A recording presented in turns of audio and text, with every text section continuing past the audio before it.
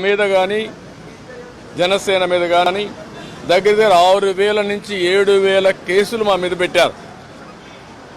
ఒక్క పుంగనూరులో ఒక కేసులో 250 మంది పెట్టారు. 200 మంది పైన జైలుకు పోయి వచ్చారు. ఇప్పుడు బైండ్ ఓవర్ కేసులు పెడుతున్నారు.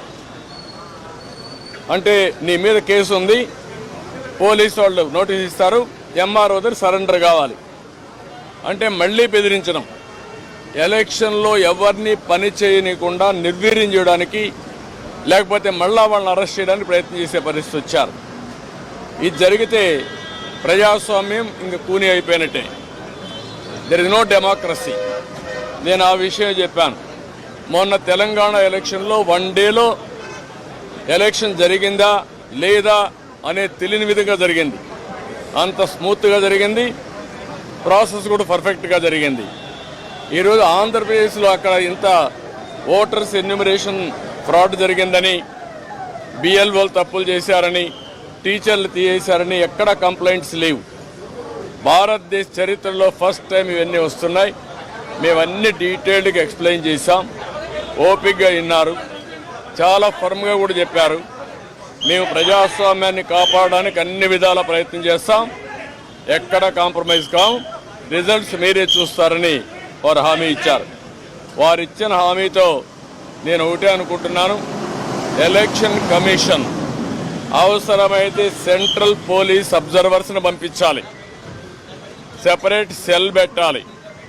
అవన్నీ పెట్టి ఎక్కడికక్కడ మానిటర్ చేసి ఎలాంటి అవకతవకలు జరగకుండా, ఇప్పుడు ఫైనల్ లిస్ట్ వచ్చే కొందికి వినపడలేదా? ఎవరి కార్లు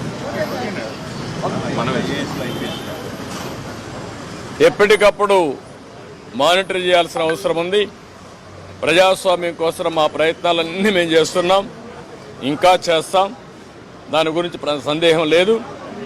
ఒక్క ఓటు దొంగ ఓటున్న ఎలక్షన్ కమిషన్ దృష్టికి ఎప్పటికప్పుడు తీసుకుపోవడమే కాకుండా వీళ్ళు చేసే ప్రతి ఒక్క తప్పుడు పనిని మేము ప్రతిఘటిస్తాం, ప్రజాస్వామ్యాన్ని పరిరక్షించుకుంటాం. అదే సమయంలో ఎవరిని వదిలిపెట్టాం.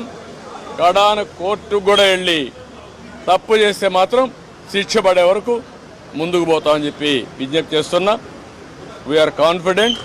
ఎలక్షన్ కమిషన్ అయితే పేషెంట్గా వినడమే కాకుండా వారు 5 కోట్ల మంది కంటే 4 కోట్ల ఓటర్స్ ఉన్నారు, వారందరికీ ఒక భరోసా ఇచ్చినట్టు వాళ్ళు భరోసా ఇచ్చారు.